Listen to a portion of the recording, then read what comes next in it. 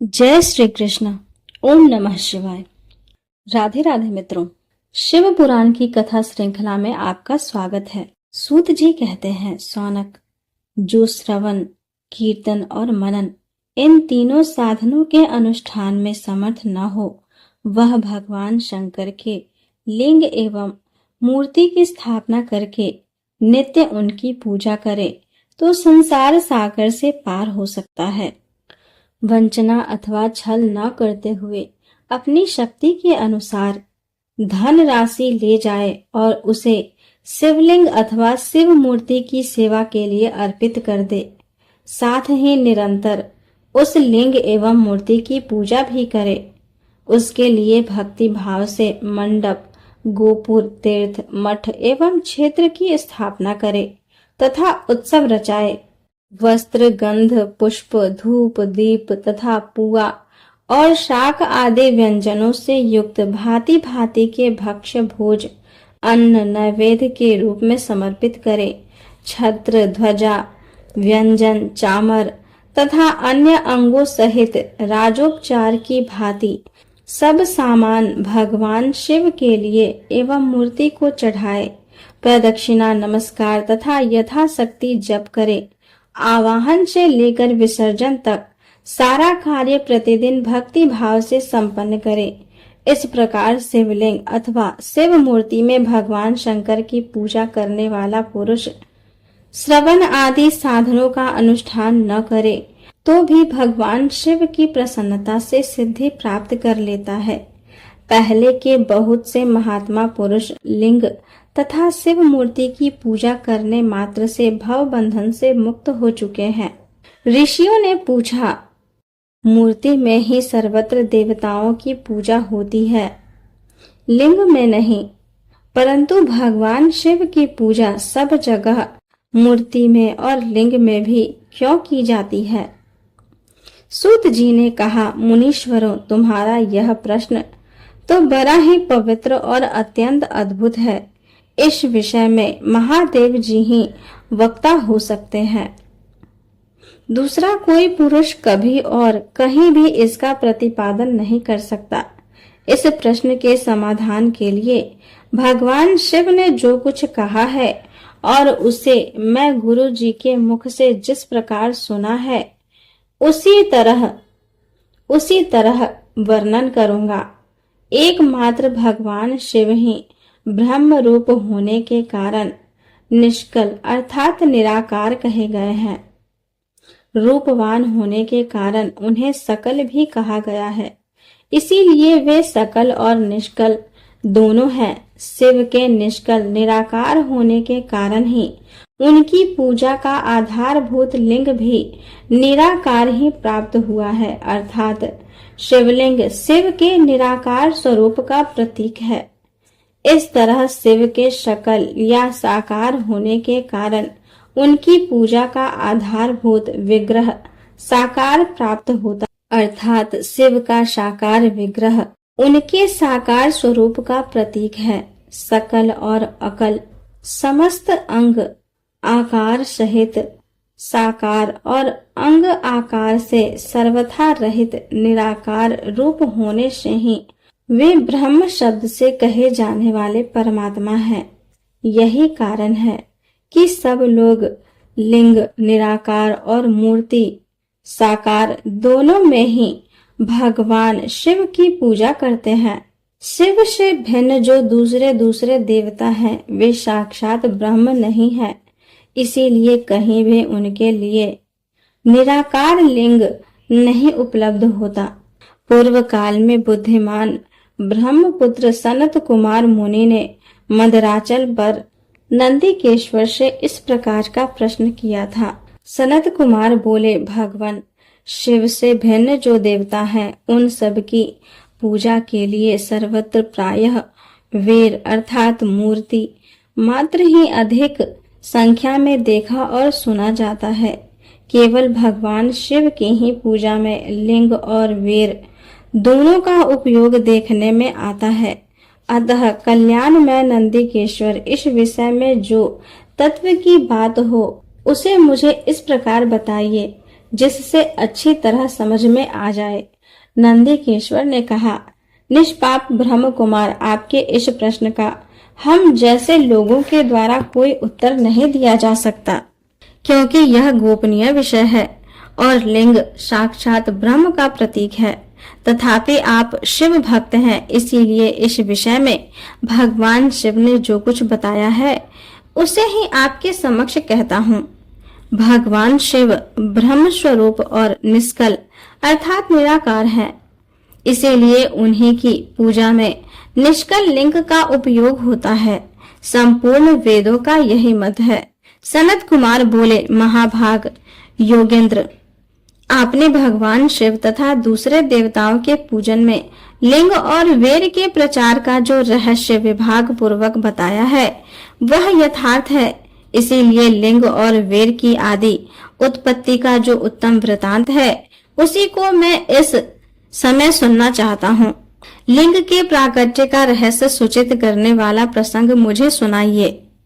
इसके उत्तर में नंदीकेश्वर ने भगवान महादेव के निष्कल स्वरूप लिंग के आविर्भाव का प्रसंग सुनाना आरंभ किया। उन्होंने ब्रह्मा तथा विष्णु के विवाद, देवताओं की व्याकुलता एवं चिंता, देवताओं का दिव्य कैलाश शिखर पर गमन, उनके द्वारा चंद्रशेखर महादेव का स्तवन, देवताओं से प्रेरित हुए महादेव जी का ब्रह्मा और विष्णु के विवाद स्थल में आगमन तथा दोनों के बीच में निष्कल आदि अंत रहित भीषण अग्नि स्तंभ के रूप में उनका आविर्भाव आदि प्रसंगों की कथा कही।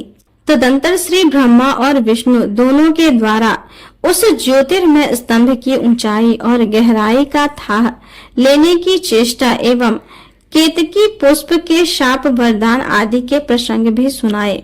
नंदीकेश्वर कहते हैं, तदंतर वे दोनों ब्रह्मा और विष्णु भगवान शंकर को प्रणाम करके दोनों हाथ जोड़ उनके दाएं बाएं भाग में चुपचाप खड़े हो गए। फिर उन्होंने वहां साक्षात प्रकट पूजनीय महादेव जी को श्रेष्ठ आसन पर स्थापित करके पवित्र पुरुष वस्तुओं द्वारा उनका पूजन किया।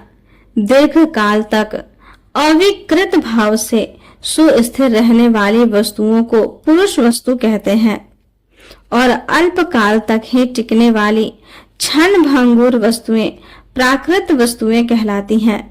इस तरह वस्तु के ये दो भेद जानने चाहिए। किन पुरुष वस्तुओं से उन्होंने भगवान शिव का पूजन किया यह बताया जाता है। हार, नुपुर, केयूर, किरीट, मणिमय कुंडल, यज्ञोपवीत, उत्तरीय वस्त्र, पुष्पमाला, रेशमी वस्त्र, हार, मुद्रिका, पुष्प, तांबूल, कपूर, चंदन एवं अगुरु का अनुलेपन, धूप, दीप, श्वेत छत्र, व्यंजन, ध्वजा, चंवर तथा अन्यान्य दिव्य उपहारों द्वारा जिनका वैभव वाणी और मन की पहुंच से परे था, जो केवल पशुपति के ही योग्य थे और जिन्हें पशु अर्थात बद्ध जीव कदापि नहीं पा सकते, उन दोनों ने अपने स्वामी महेश्वर का पूजन किया। सबसे पहले वहां ब्रह्मा और विष्णु ने भगवान शंकर की पूजा की। इससे प्रसन्न हो भक्ति पूर्वक भगवान शिव ने वहां नम्र भाव से खड़े हुए उन दोनों देवताओं से मुस्कुराकर कहा। महेश्वर बोले, पुत्रों, आज का दिन एक महान दिन है।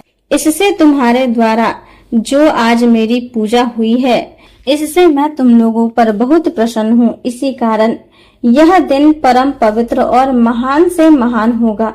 आज की यह तिथि शिवरात्रि के नाम से विख्यात होकर मेरे लिए परम प्रिय होगी।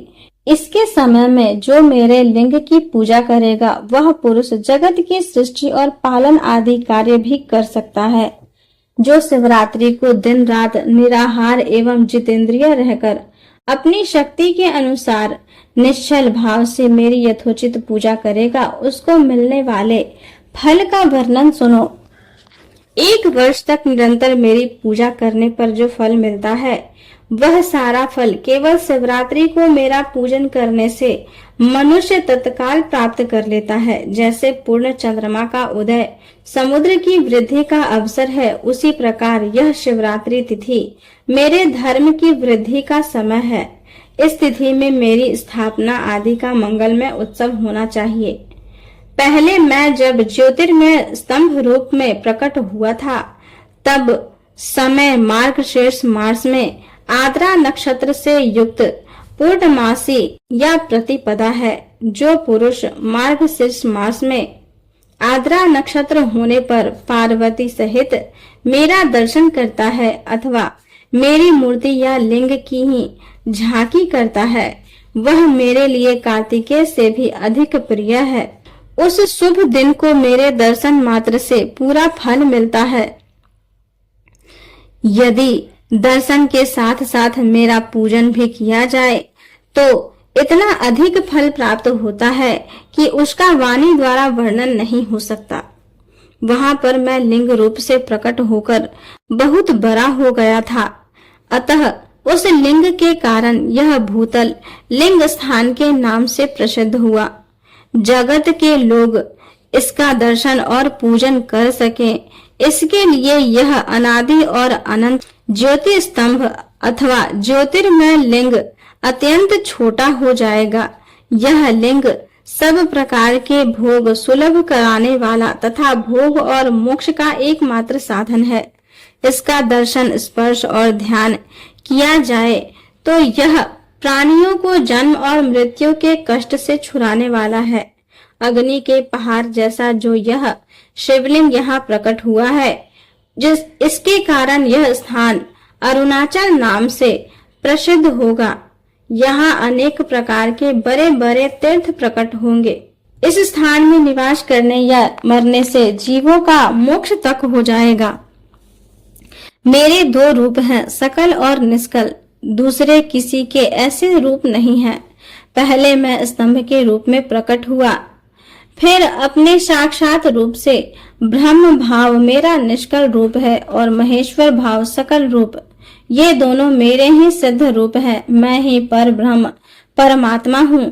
कला युक्त और अकल मेरे ही स्वरूप है। ब्रह्म रूप होने के कारण मैं ईश्वर भी हूँ। जीवों पर अनुग्रह करना मेरा कार्य है। ब्रह्मा और केशव मैं सबसे बृहद और जगत की वृद्धि करने वाला होने के कारण ब्रह्म कहलाता हूँ। सर्वत्र सम रूप से स्थित और व्यापक होने से मैं ही सबका आत्मा हूँ। सर्ग से लेकर अनुग्रह तक जो जगत संबंधी 5 कृत्य हैं, वे सदा मेरे ही हैं। मेरे अतिरिक्त दूसरे किसी के नहीं हैं, क्योंकि मैं ही सबका ईश्वर हूँ। पहले मेरी ब्रह्म रूपता का बोध कराने के लिए निष्कल लिंग प्रकट हुआ था। फिर अज्ञात ईश्वरत्व का साक्षात्कार कराने के निमित्त मैं साक्षात जगदीश्वर ही सकल रूप में तत्काल प्रकट हो गया। अतः मुझ में जो ईशत्व है उसे ही मेरा सकल रूप जानना चाहिए, तथा जो यह मेरा निष्कल स्तंभ है वह मेरे ब्रह्म स्वरूप का बोध कराने वाला है। यह मेरा ही लिंग अर्थात चिन्ह है। तुम दोनों प्रतिदिन यहाँ रहकर इसका पूजन करो। यह मेरा ही स्वरूप है और मेरे सामीप्य की प्राप्ति कराने वाला है। लिंग और लिंगी में नित्य अभेद होने के कारण मेरे इस लिंग का महान पुरुषों को भी पूजन करना चाहिए। मेरे एक लिंग की स्थापना करने का यह फल बताया गया है कि उपासक को मेरी समानता की प्राप्ति हो जाती है। यदि एक के बाद दूसरे शिवलिंग की भी स्थापना कर दी गई, तब तो उपासक को फल रूप से मेरे साथ एकत्व रूप फल प्राप्त होता है। प्रधानतया शिवलिंग की ही स्थापना करनी चाहिए। मूर्ति की स्थापना उसकी अपेक्षा गौण कर्म है। शिवलिंग के अभाव में सब ओर से सवेरे मूर्ति युक्त होने पर भी वह स्थान क्षेत्र नहीं कहलाता। आगे की कथा सुनने के लिए मेरे वीडियो को लाइक करें, अपने दोस्तों के साथ शेयर करें तथा मेरे चैनल को सब्सक्राइब करें। धन्यवाद।